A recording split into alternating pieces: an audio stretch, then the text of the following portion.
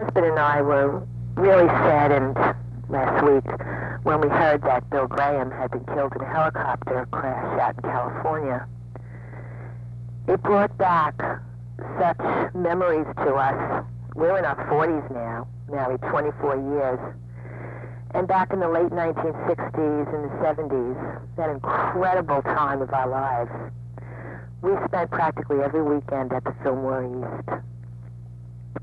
The Fillmore East and Bill Graham were so unusual.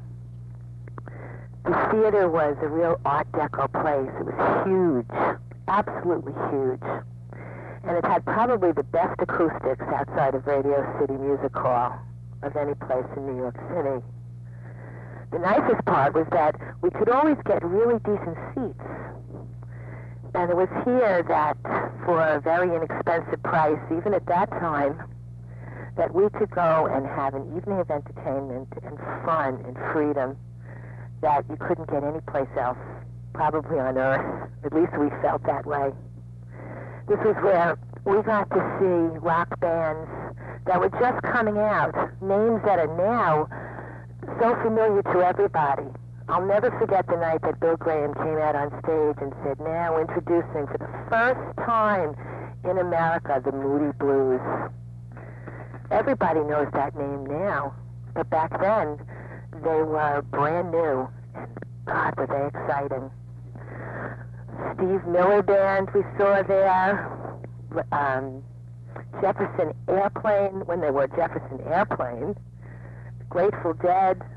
I'll never forget not being able to hear a thing for 3 days after the first Leslie West concert that we had gone to.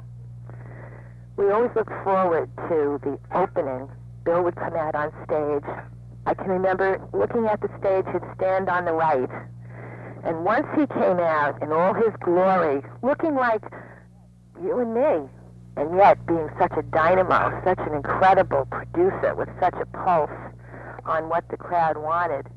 And he'd come out and everyone would start cheering, shouting. And he'd quiet the crowd down, tell us to sit back and relax. He was as excited as we were. And that's what he was all about, entertainment. He wanted to bring the top stars. He wanted to bring the new stars. He knew who was going to be popular. He was one of us. He was a little bit older, but he was like our brother. The Fillmore East was such a memorable experience for all of us. Everybody did their own thing, and nobody put anybody down. It was a place where it didn't matter how old you were. It didn't matter what color you were, what country you came from. It didn't matter if you were male or female. All that mattered was that you were there, and you were part of the experience. It was the best. Bill, we're going to miss you. And thanks so much for helping me remember about my particular 20s. It was the best.